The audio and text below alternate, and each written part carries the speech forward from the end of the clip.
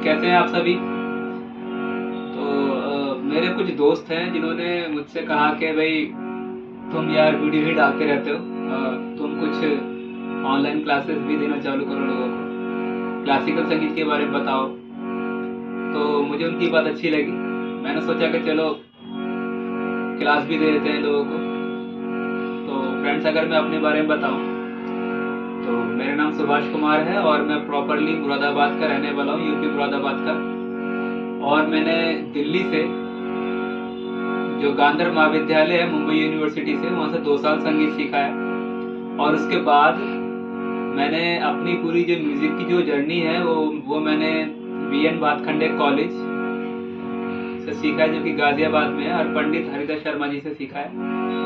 वहाँ से मैंने अपनी ग्रेजुएशन कंप्लीट की दोस्तों। और तो मैं वही सारा जो ज्ञान मेरे पास जो म्यूज़िक को लेकर है, मैं वो सब आज आपके सामने शेयर करूँगा अपनी वीडियो के माध्यम से। मैं आज आपको अपना एक लेसन 1 आपके सामने लेकर आ रहा हूँ। लेसन 1 में हमारा रहेगा कि हम हारमोनियम के जो भी पार्ट्स हैं उनके बारे में जानें, यानी कि इंट्रोडक्शन ऑफ हारमोनियम। तो दोस्तों फिर चलिए हारमोनियम के बारे में जानते हैं।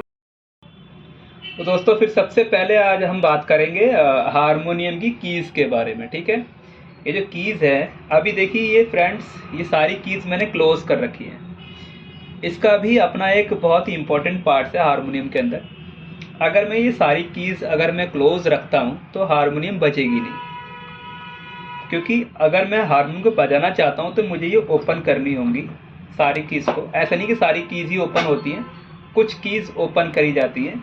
इन कीज़ का कोई मतलब नहीं है, मतलब ये दे रखी होती हैं, लेकिन इम्पॉर्टेंट जो कीज़ होती हैं, अगर आपको ज़्यादा ही वॉइस में लेकर जाना है हारमोनियम को, तो आप ये एक कीज़ को छोड़ के दूसरी कीज़, फिर इसको छोड़ के दूसरी कीज़, ऐसे करके आप सबको ऑन कर लेंगे तो हारमोनियम की आवाज़ ज़्यादा लाउडली आएगी।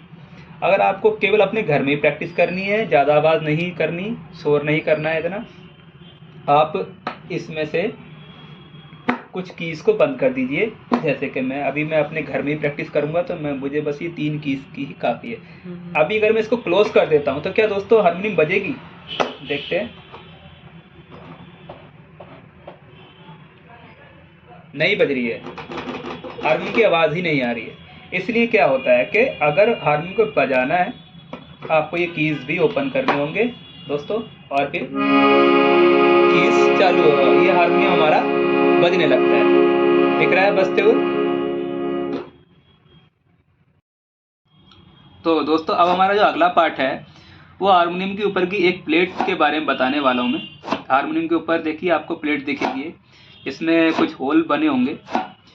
तो ये होल्स किस काम आते हैं? अगर मैं ये होल्स अगर मैं क्लोज करता हूँ तो देखिए हारमोनियम की वॉइस आपको कुछ इस तरह से आएगी।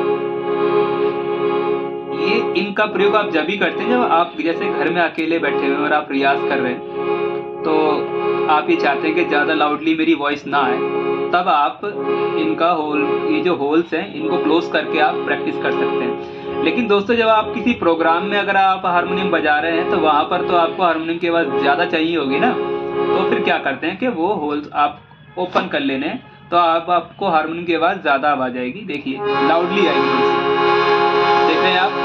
अब इसकी आवाज़ आपको ज़्यादा आ रही है ना। तो इन होल्स का सिर्फ यही काम होता है, ठीक है दोस्तों।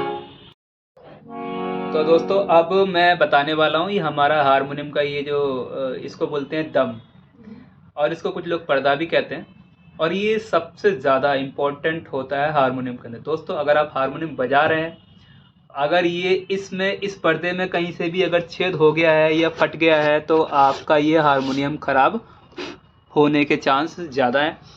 इसलिए आपको इसको बहुत ही ज़्यादा संभाल कर रखना होता है ताकि ये ख़राब ना हो। अब देखिए दोस्तों अगर मैं इसको खोलता हूँ तो इसके अंदर ऑक्सीजन भर जाती है, ठीक है, हवा भर जाएगी। जब आप इसको पुश करेंगे तो ऐसे ही हारमोनियम बजेगा, ठीक है।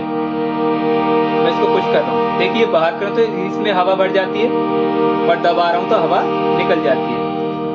अब अगर किसी का अगर ये ख़राब हो जाए, कहीं भी इसमें अगर छेद हो जाए, तो दोस्तों क्या होती है कि वो हवा इसी में से ही बाहर भी निकलती रहती है और हारमोनियम उतना टाइमिंगली नहीं बजता, ज़्यादा देर तक आवाज़ नहीं आती हारमोनियम के अंदर। अगर आप चाहते हैं कि मेरा स्वर ठीक रहे, और हारमोनियम मेरा ज़्यादा देर तक बजे, तो उसका ये ठीक होना चाहिए। ठीक है, तो मैंने आज आपको हारमोनियम के कुछ पार्ट के बारे में बता दिया। ठीक है, ऐसा नहीं है कि इसमें मैंने सारे पार्ट कवर कर लिए, नहीं, अभी काफ़ी सारे पार्ट्स ऐसे रह गए हैं जो मैं नहीं जानता हूँ। वो तो खैर जो इसको हारमोनियम को ठीक करते होंगे, बनाते होंगे, वो लोग ज़्यादा जानते हैं। हमारा काम तो केवल बजाने का है, हम तो बजा रहे हैं, लेकिन हमें जो दिख रहे हैं हमने उन पार्टों के बारे में आज आपको बता दिया। अब मैं अगली क्लास में जो बताऊंगा, अगली क्लास में हारमोनियम के जो स्वर होंगे, जो नोट्स होंगे, उनके बारे में बताएंगे। ठीक है, तो मेरा दूसरा पार्ट आप जरूर देखें, मेरी वीडियो सेकंड का आप इंतजार करें, और मैं वो बहुत जल्दी बनाने वाला हूँ। ठीक है।